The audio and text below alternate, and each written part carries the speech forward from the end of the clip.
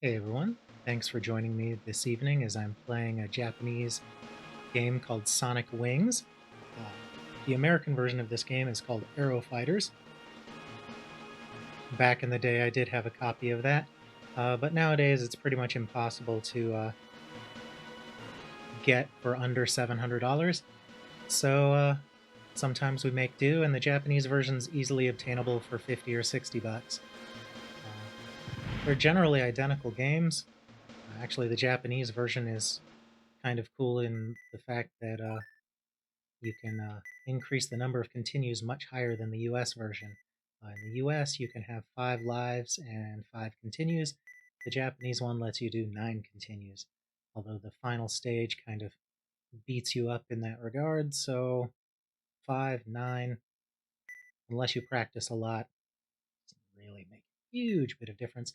I'm going to leave the number of lives on 5 just to make sure I get in all the points I want to discuss while playing. As you can see, you can play 1 or 2 players. This is a vertically scrolling shoot 'em up game. There are 4 different nationalities to pick from. The player 1 side, you get your pick of the 4 different ships. On the player 2 side, if you pick one of the nationalities, you get a different ship. So you could play for the same flag, but have 2 different ships. Kind of a weird way to split out the various aircraft, but it is what it is.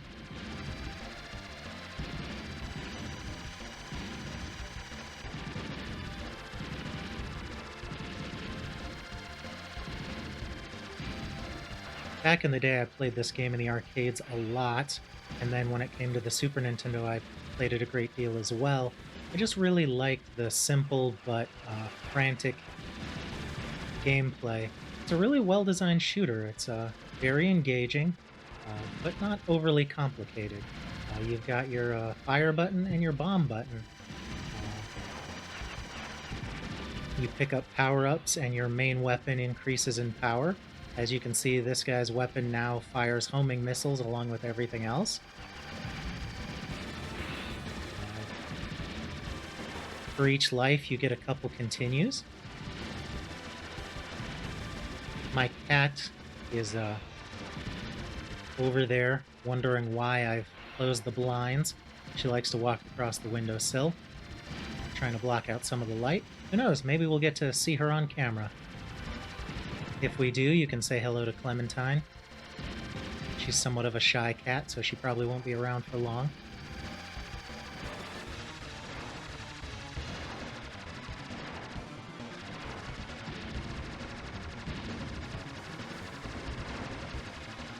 There are a lot of things to like about this game. It's a really solid port of the arcade game. The game itself has a really good pacing. The stages aren't overly long, allowing you to get to the boss battles in a comfortable amount of time. And then the boss battles themselves usually take a little bit. As I trigger my bomb super weapon, which in his case is actually a giant beam of energy. The frantic gameplay with all of the bullets and ships on screen is really nice. It's not as crazy as a lot of mid-90s shoot-'em-up games were, but still, it can get hectic from time to time. It manages to throw all that stuff on screen without slowing down a lot, which for the Super Nintendo is impressive.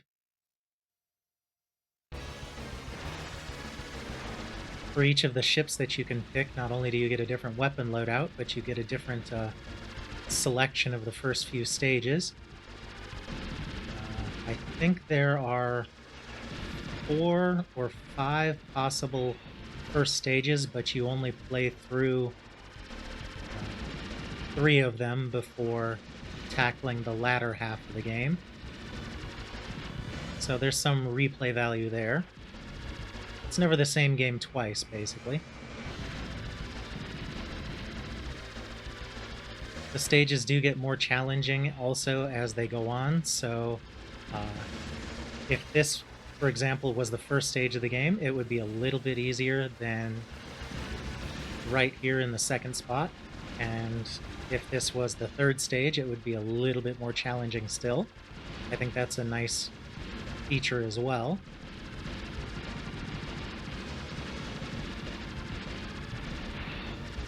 And one of the things I like about the game is that the aircraft are grounded in reality, so there's some real-world familiarity there. The stages are also somewhat realistic. I mean, it's a flying shoot-'em-up video game, so there's some suspension of disbelief, sure. But it's not like later iterations of the Aero Fighter series where spaceships and weird alien creatures really came to the forefront. I will say the final boss in this game is goofy as all hell. So there is that. Oops. Didn't mean to trigger that twice. But hey, we'll get through this boss a little bit quicker than otherwise.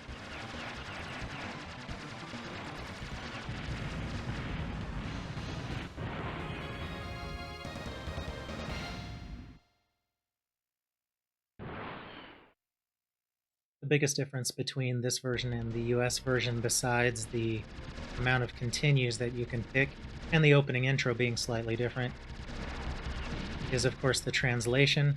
I will say that doesn't exactly impact the game very much. The localization was never very good. I will say it's an arcade-faithful localization, but the storylines chosen for the characters were pretty much garbage. You got one character who's complaining that his sister's been kidnapped. This character, his whole thing is he's like the Japanese version of the Winter Soldier. They just basically send him on missions because he is a badass.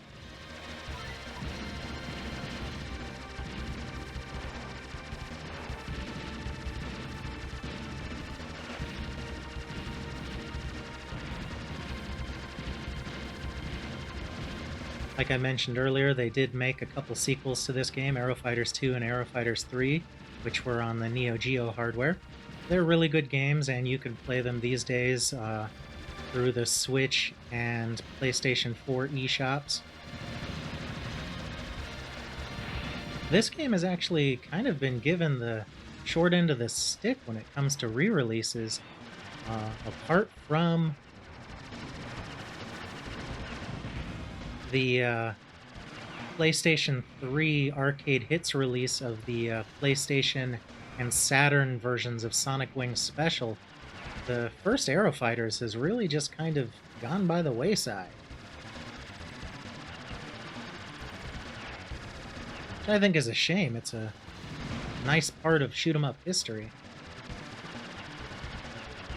One of the reasons I say that is because the company that made this video system, a number of their employees would then go on to found another company called Psycheo, which made my favorite shoot-'em-up series of all time, Strikers 1945, but also just a prolific amount of shoot-'em-ups for other arcade hardware and systems.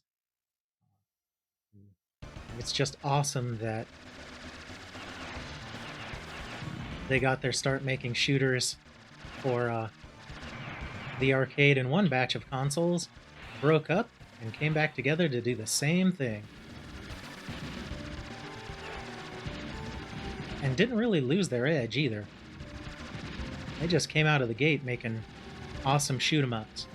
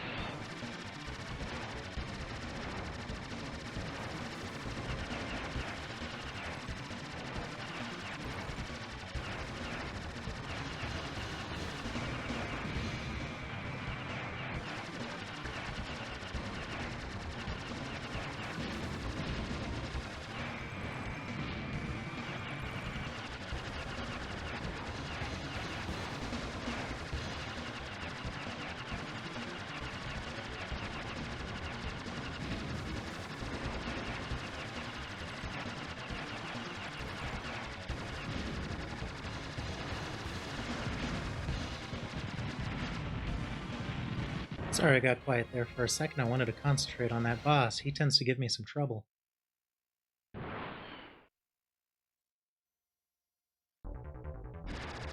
One thing I will say is if you're lucky enough to have the PlayStation or Saturn version of Sonic Wings Special, or the arcade hits version that they put out on the PlayStation 3 and PlayStation 4 eShops before they did their eShop shenanigans more recently, you're in for a treat. That's just the best version of this game out there.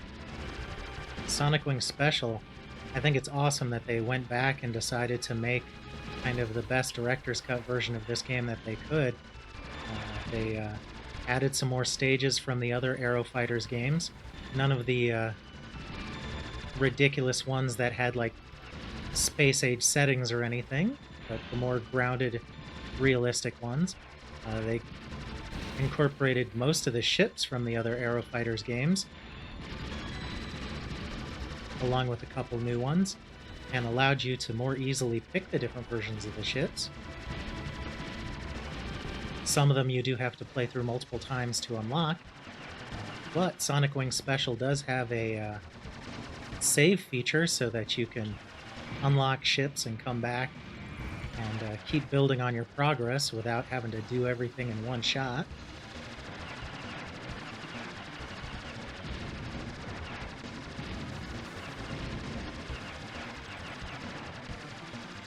Should probably make a video of Sonic Wings Special one of these days.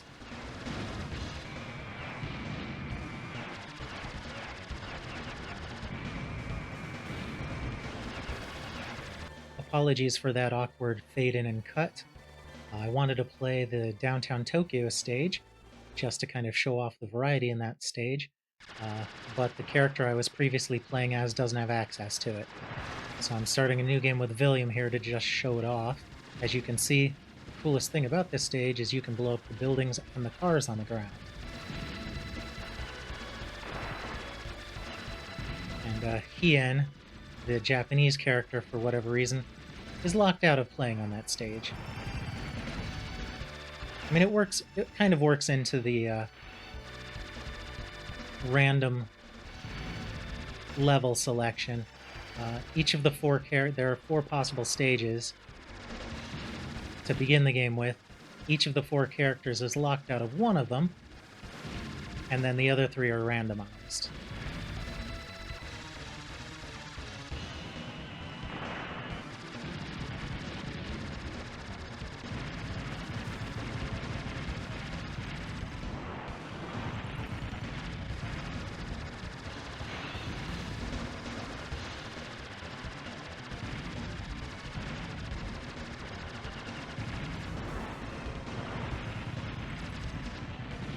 Alright, I think I did a good job of showing off the downtown Tokyo stage, so I'm going to go ahead and edit that into the video and call it good.